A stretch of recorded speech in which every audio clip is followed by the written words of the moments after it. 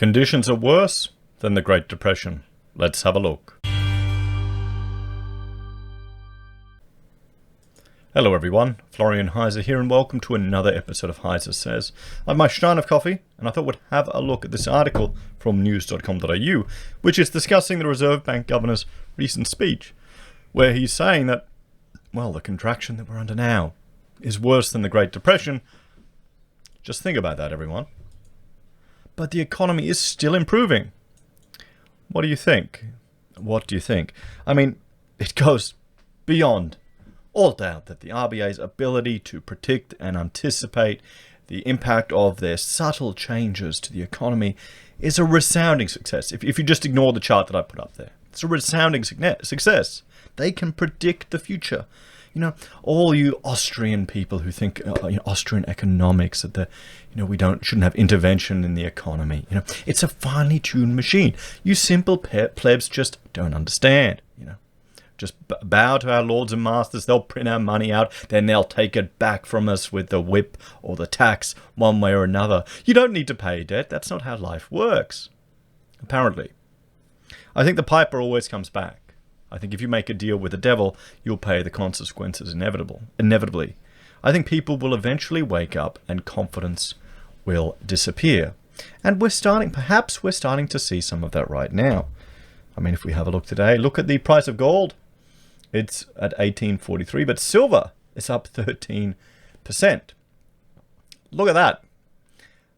Where have we seen that before? Let's just go out to 10 years. Oh, look at that here. We'll have to see. Are people waking up? Are people worried, concerned about the rampant money printing that is happening all over the world and losing confidence in that? Fiat currency has the fantastic ability that you can use it to pay the tax man, to pay the bully, to avoid going to jail. That's what you pay it for, guys. That's why you pay taxes. It's not the social contract, to do good and all this other rubbish. The government can do whatever they want with the money. Sure, you can hold them to account every few years with an election, but really, it's a bit of a joke. It's the bureaucrats that really control a lot of it. Nonetheless, it is useful. We need to keep our fiat so we can avoid the jail times, avoid the punishments of the authorities that have been given the right to use violence against us. It's a little frustrating when you look at it that way. When you look at the idea that you're born into this system. I feel sorry for people who are migrating over here and their children and their children's children are going to be stuck with this burden. My kids are going to be stuck with the burden.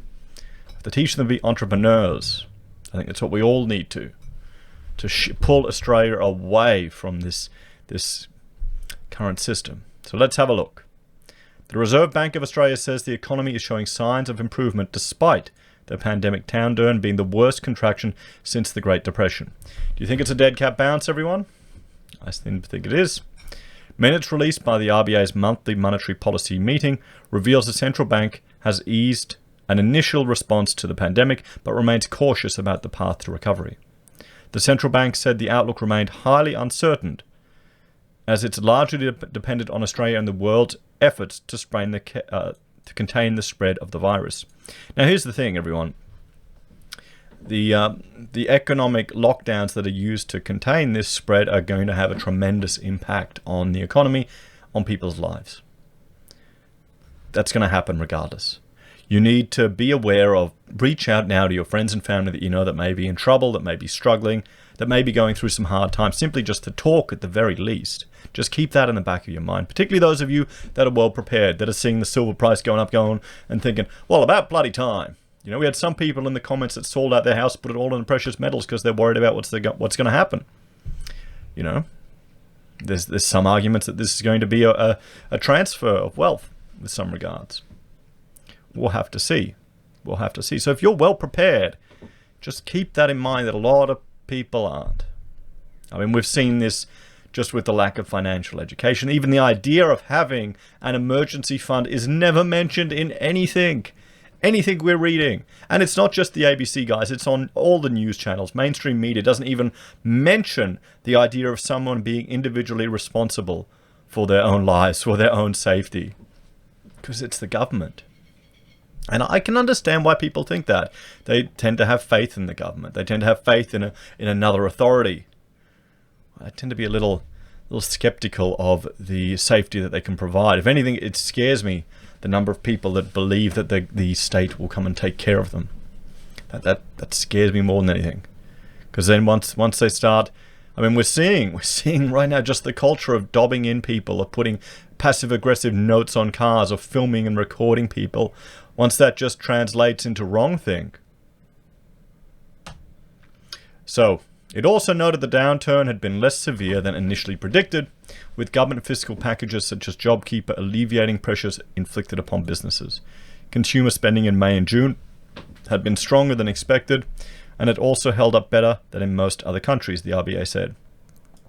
Nonetheless, the shock to the Australian economy would be the most severe since the 1930s. The central bank estimates the peak-to-trough decline in total hours worked throughout the economy will fall closer to 10% rather than earlier forecasts of a 20% slump.